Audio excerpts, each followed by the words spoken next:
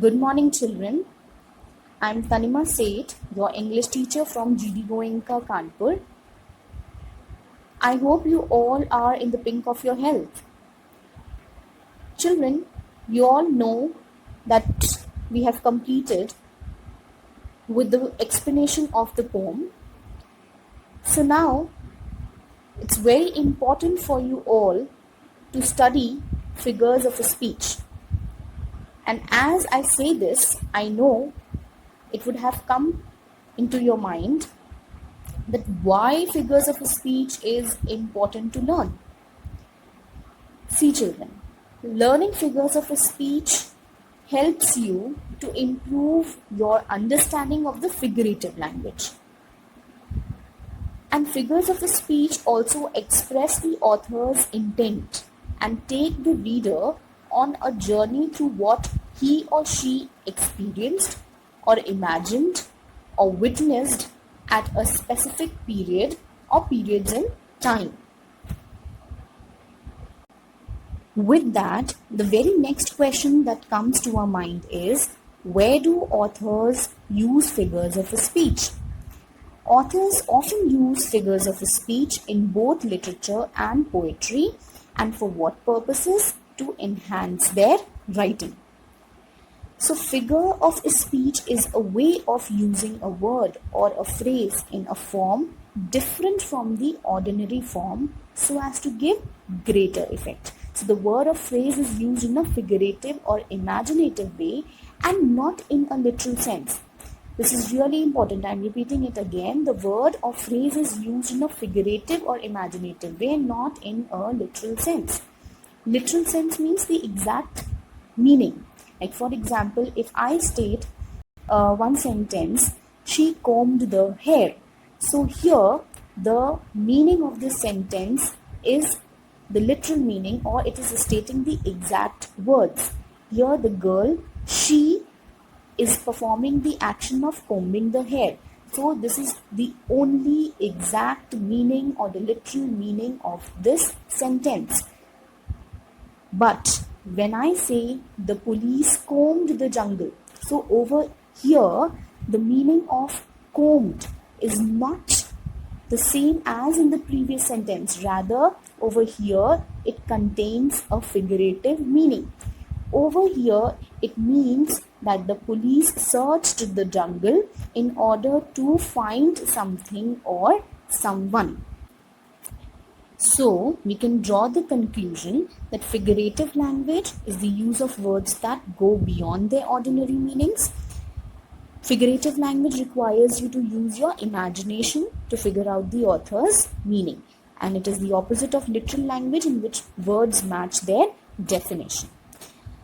Now, on the basis of this, you need to learn some of the very common figures of a speech, and after learning the figures of a speech in today's class, it will help you to identify some of the figures of a speech that has been used in your poem. So the very first figure of a speech that comes over here is simile. Now, what is simile? Simile is used to compare two objects of different kinds, which have, however, at least one point in common. And of course, for comparison, we use the words like, so, as, etc. As you can see it in the example, she ran like the wind. Now, over here, the person that is being referred to as she in the sentence and the wind are two different things. But what is being compared over here? The speed of running of the girl to the speed of the wind. She ran like the wind, and the word like has been used for it. So of course you are using a simile when you compare the speed of running to the speed of the wind, or when you compare two objects of different kinds, but at least one point is common in them, then of course you are using a simile. Some more examples of simile are, he was as busy as a bee. Now over here again, the person, he who has been referred in the sentence and the bee are totally different things or different beings. But what has been compared over here? The person's level of energy to a fast flying bee. She looks as snug as a bug in a rug. Again, comparing someone who is very cozy to how comfortable a bug can be in a rug. So the second important poetic device is metaphor. Children, there is a very slight difference between metaphor and simile. Simile says that one thing is like another or acts as another. But metaphor does not say this, that one thing is like another or acts as another. Rather, it says that the two things are one. For example, if I say he fought like a lion or he has a heart like stone, I'm using similes like, alright. But when I say he was a lion in the fight or he has a heart of stone, I'm using metaphors. Why? Because I'm stating that the person, the he, was a lion in the fight. Though I have compared the bravery of the person to that of the lion. But of course, I'm saying that it is this. Alright.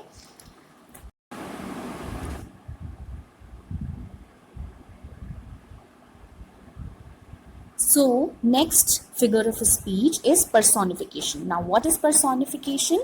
Personification means giving human qualities, feelings, action, or characteristics to inanimate objects. Inanimate objects that are without life, non-living objects or non-living things, as well as the abstract concepts or the abstract ideas. So, in personification, inanimate objects and abstract ideas or qualities are spoken of as if they were persons or human beings.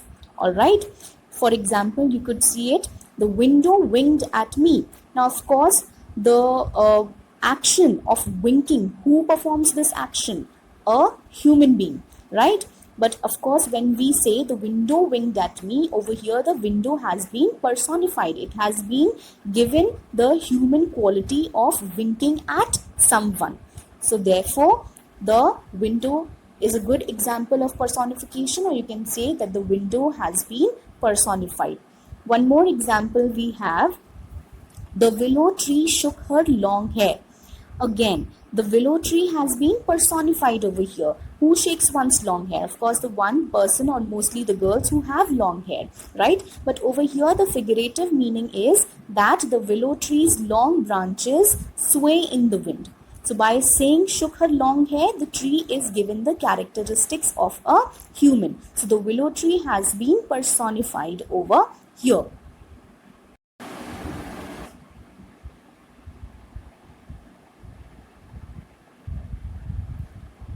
So the next poetic device, figure of a speech, is alliteration. Alliteration is the repetition of the same consonant sound in a line or in a sentence. For example, as you can see it, the sizzling sun shone. So in this very line, the repetition of the consonant sound S is alliteration. As you can see that the letter S has been underlined in this sentence. In the word sizzling, the letter S has been underlined. Then again the consonant sound is repeating in the word sun and again in the shone. So the repetition of the consonant sound S over here, of the letter S over here, is alliteration. Similar example, as you can see it in the next line, brightly in the beautiful blue. So over here, the consonant sound B or the letter B, the sound of the letter B is being repeated. Again, it is alliteration. One more example, Peter Piper picked a peck of pickled peppers. So in this sentence, you can see that the consonant sound P is repeating, per. So therefore, it is alliteration. The next figure of speech is imagery. Children, imagery refers to the mental pictures that readers experience when reading literature. It appeals directly to one or more of the five senses. Alright. Now, suppose if I say It was dark and dim in the forest. So in this example, the picture of a dark and dim forest is created by appealing to the reader's sense of sight. In the next example, the children were screaming and shouting in the field. Similarly, in this sentence, the picture of children screaming and shouting is created by appealing to the reader's sense of hearing.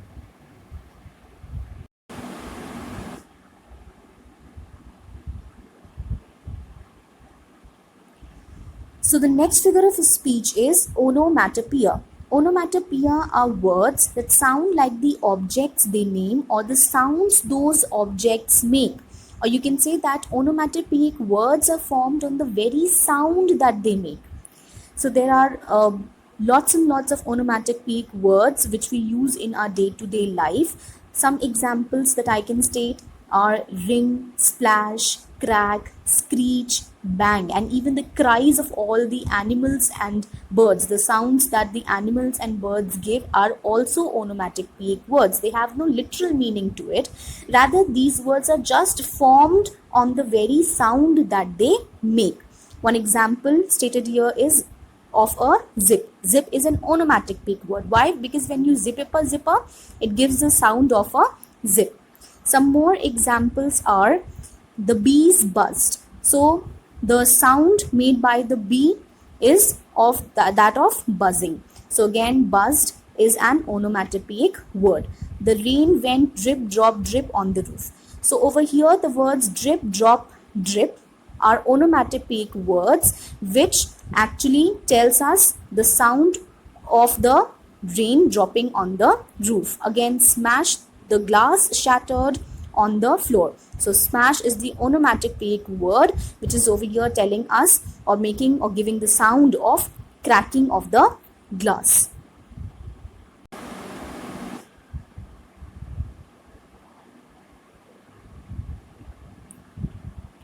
Next we come to the identification of the rhyme scheme of a given in a given poem or maybe of a verse. What is rhyme scheme? The rhyming pattern that is created at the end of the lines of any poetry.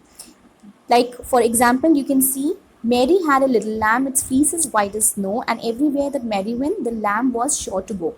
So if you notice the last words in every line, the end word in every line, the rhyming scheme is actually obtained from these.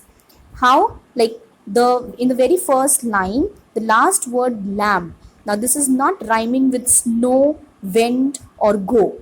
Therefore, it would be denoted with the letter A. Then when we come to the second line, the last word of the second line, snow. Snow is rhyming with go. So it would be denoted by the note B. Then went in the third line is of course not matching with any other word or is not rhyming with any other word like lamb, snow or go. So it would take the note of C. Therefore, the rhyme scheme obtained for this verse is A, B, C, B. Alright children, always remember that if there is no rhyme scheme or no rhyme scheme is followed in a verse or in a poem, then that is considered to be a free verse poem. I have some more examples for you so that it helps you further to identify the rhyme scheme. As you can see in this verse, just look at the very last words in every line. In the first line, the last word seal is rhyming with feel. So it takes the note of A. Then in the alternate line, second and the fourth line, the last word fears is rhyming with ears. So it takes the note B. Therefore, the rhyming scheme of this stanza is A, B, A, B.